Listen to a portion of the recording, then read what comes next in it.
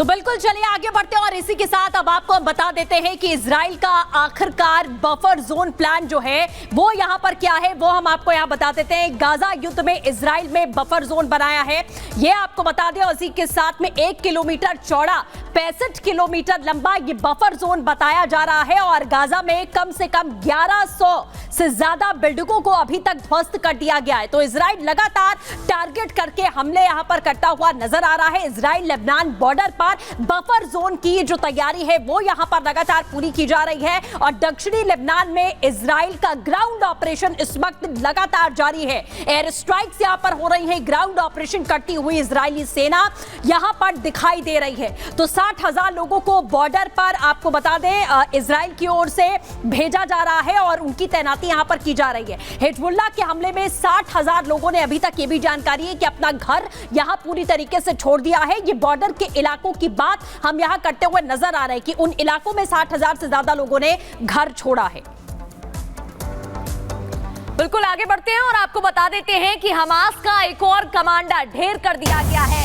लगातार इजराइल की तरफ से एक्शन लिया जा रहा है और हमास का एक और कमांडर मारा गया है। इसी के साथ आपको बता दें कि एक और टॉप लीडर को मार दिया गया है। लगातार आईडीएफ निशाना साध रहा है, चुन चुनकर टॉप लीडर्स को मारा जा रहा है। हमास के मिलिट्री विंग का हेड कमांडर बताया जा रहा है जिसको ढेर कर दिया गया है और इसकी भी मौत हो गई है। तो हवाई हमले में सैयद अतलाह ढेर हो गया है। इजराइल के हवाई हमले में सैयद की मौत हो गई है। तो त्रिपोली में इजराइल के हमले में ये टॉप कमांडर मारा गया है और उसके बाद की ये तस्वीरें भी आप देख रहे हैं। हमास का एक और कमांडर मार गिराया गया आईडीएफ ने। तो लगातार ये तस्वीरें आपको दिखा रहे हैं।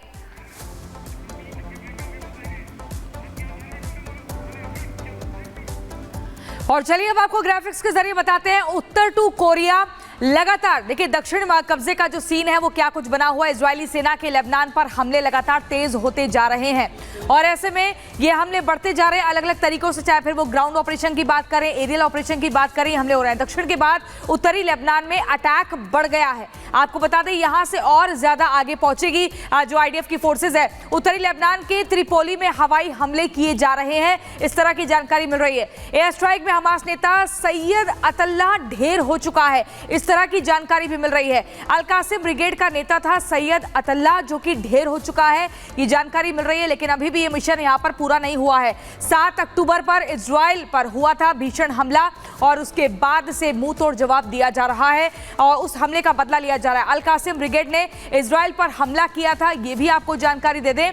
और आपको बता दें लगातार ये ऑपरेशन चल रहा है, दोनों ही तरफ से वार किए जा रहे हैं, मिसाइल अटैक किया जा रहा है। लेकिन आईडीएफ जो है 2006 के बाद अब जाकर ग्राउंड ऑपरेशन कर रही है, एयर ऑपरेशन भी करके लगातार हिजबुल्लाह का खात्मा करने का पूरा प्रयास हो रहा है।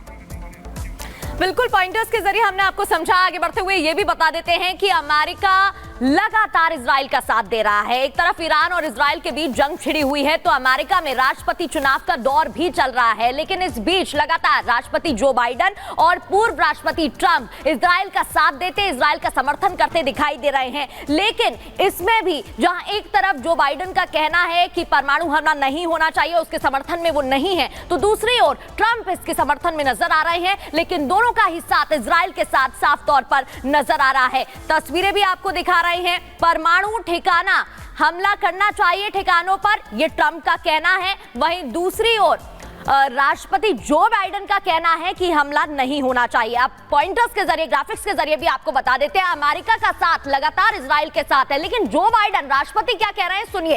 ईरान के परमाणु ठिकानों पर हमले के पक्ष में नहीं है, ये नहीं होना चाहिए। इसके दूसरी ओर अगर हम डोनाल्ड ट्रंप की बात करें, पूर्व राष्ट्रपति की, तो उनका भी साथ इजराइल के साथ है। लेकिन उनका कहना है कि ईरान के परमाणु ठिकानों पर हमला करना चाहिए। तो ये दो अलग अलग बयान सामने आ रहे हैं। जो बाइडेन का कहना है कि ईरान की तेल रिफाइनरी पर हमले का विचार है, इसके दूसरी ओर जो बाइडेन ने तो कहा है कि परमाणु ठिकानों पर हमला नहीं होना चाहिए। वहीं डोनाल्ड ट्रंप की बात करें तो ईरान के परमाणु ठिकानों पर हमला करे इजराइल, इनका साफ तौर पर यह कहना है। इससे ज्यादा घातक स्थिति पैदा हो सकती है जो बाइडेन ने कहा है, तो वहीं दूसरी ओर डोनाल्ड ट्रंप इसके समर्थन पर नजर आ रहे हैं। तो बिल्कुल मिडिल ईस्ट में लगातार तनाव की स्थिति है। दूसरी ओर अमेरिका की बात करें तो अमेरिका में चुनाव भी है और आप देख रहे हैं कि चाहे बाइडेन की बात करें या फिर पूर्व राष्ट्रपति ट्रंप की बात करें, दोनों इजराइल के साथ खड़े होने की बात कर रहे हैं। बाइडेन का यह भी कहना है कि ईरान पर हमला होना चाहिए लेकिन परमाणु ठिकानों पर हमला नहीं होना चाहिए क्योंकि इसके परिणाम घातक होंगे। वहीं ट्रंप की बात करें तो ट्रंप इस बात में यकीन रखते हैं कि तुरंत इजराइल को ईरान के परमाणु ठिकानों पर अटैक कर देना चाहिए। आपको दिखाते हैं इस रिपोर्ट में।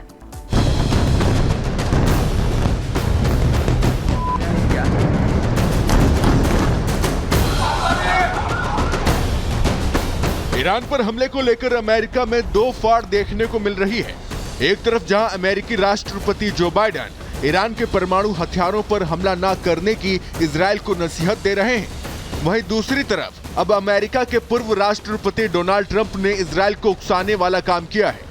डोनाल्ड ट्रंप ने बयान दिया है कि ईरान के हमलों का इजराइल को ऐसा जवाब देना चाहिए कि ईरान उसे कभी ना भूल पाए। डोनाल्ड ट्रंप ने तो इजराइल को ईरान के परमाणु ठिकानों पर हमला करने तक को कह दिया। पहले परमाणु हमला करिए और बाकी बातों की आप बाद में चिंता करिए। मेरा मानना है कि हालिया मिसाइल हमले के जवाब में इजराइल को ईरान के परमाणु ठिकानों पर हमला करना चाहिए। उनका मानना है कि हालिया मिसाइल हमले के जवाब में इजराइल को ईरान की परमाणु सुविधाओं पर हमला करना चाहिए। ट्रंप का यह बयान ऐसे समय में आया है जब ईरान की चेतावनी के बावजूद भी इजराइल लेबनान में जमकर बम बरसा रहा है। देर रात भी इजराइल का यह हमला जारी रहा।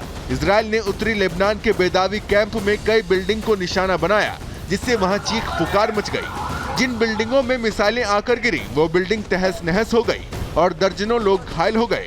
लेकिन जिस तरह से शुक्रवार को ईरान के सुप्रीम नेता खामेनेई के बाद अब अमेरिका आग में घी डालने का काम कर रहा है, उससे मिडिल ईस्ट क्या पूरी दुनिया में विश्व युद्ध का खतरा मंडराने लगा है। Bureau report, Republic Bharat.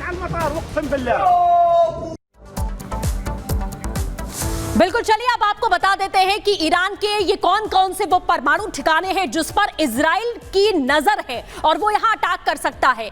Isfahan आपको बता दें, अर्दकान और इसी के साथ में अनारक, ये तमाम जो रेड इलाके आप देख पा रहे हैं ये परमाणु ठिकाने हैं जहां पर हमला कर सकता है इजराइल। जो बात यहां ट्रंप की तरफ से भी की जा रही है कि परमाणु ठिकानों पर आप अटैक कर सकते हैं। संघात की बात करें, बुशेहर की बात करें, गाशन की बात करें, ये वो तमाम इलाके हैं जो आपको रेड पॉइंट इस समय हो रहे हैं। आप देख सकते हैं यहीं पर परमाणु ठिकाने हैं ईरान के और इस पर अटैक करने की क्या इजराइल सोच रहा है, ये सबसे बड़ा सवाल है क्योंकि अभी तक इजराइल की ओर से कोई कदम उठाया नहीं गया है। वहीं ईरान बार बार ये दावे कर रहा है कि अगर इजराइल अटैक करता है तो इसके परिणाम बहुत ज्यादा भयानक होंगे। लेकिन ये वो तमाम इलाके हैं जो हम आपको बताने की कोशिश कर रहे हैं जहां पर ईरान के परमाणु ठिकाने हैं जिस पर अगर इजराइल अटैक करता है निशाना साध के तो इसके परिणाम जाहिर बहुत ही ज्यादा भीषण होंगे और एक तरीके से आप कह सकते हैं कि ये विश्व युद्ध का आगाज यहां पर होता हुआ नजर आएगा। तो इसी तरीके की स्थिति लगातार यहां पर बनी हुई है और आपको बता दें कि किस तरीके से हमले की तैयारी इजराइल यहां पर करता हुआ नजर आ रहा है और ईरान सीधे तौर पर पलटवार की भी बात कर रहा है। फिलहाल यहां पर रुकेंगे एक छोटे से ब्रेक के लिए, कहीं मत जाएगा। इस बड़ी खबर पर लगातार बने हुए हैं और ब्रेक के बाद आपको दिखाएंगे ड्रग्स गैंग से तार कांग्रेस परिवार। देखते रहिए रिपब्लिक भारत।